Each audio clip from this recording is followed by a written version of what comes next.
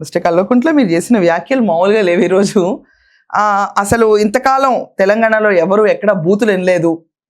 అసలు చాలా శుద్ధపూసల్లాగా మన గవర్నమెంట్ లాస్ట్ 10 ఏళ్ళలో ఉన్నప్పుడు వ్యాఖ్యలు చేసిన కేసీఆర్ గారి గురించి మీరు ఎక్కడ మాట్లాడలేదు. అసలు ఎంత క్లీన్ హిస్టరీ మంది.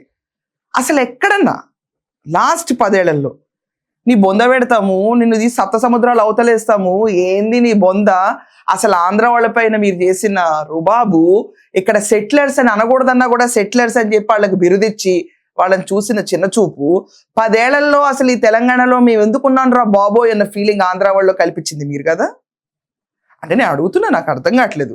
బాబోయ్ మాతో కాదు, ఇంకా ఈ రేవంత్ రెడ్డి గారు వస్తే తప్ప తెలంగాణకి ఎక్కడా కూడా న్యాయం జరగదు, అందరూ బుగ్గిపాలు అయిపోతావు ఇంకా అన్న స్థితిలో తీసుకెళ్ళిపోయి రేవంత్ రెడ్డి గారిని నమ్మి అందరూ ఓట్లేశారు. హాయిగా ఉన్నారు ఈరోజు.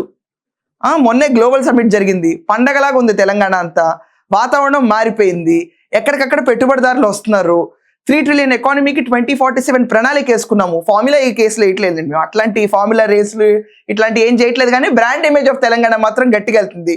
మాకు మొన్న మెస్సీ కూడా వచ్చాడు, దాంట్లో మా సీఎం గారు కూడా పార్టిసిపేట్ చేశారు. చాలా హాయిగా ఉంది, పండగగా నడుస్తుంది రాష్ట్రం అంతా, ఫ్యూచర్ సిటీ డెవలప్ అవుతుంది. అండ్ ఒక సీఎం చాలా ఫోకస్డ్గా వెళ్తున్నారు.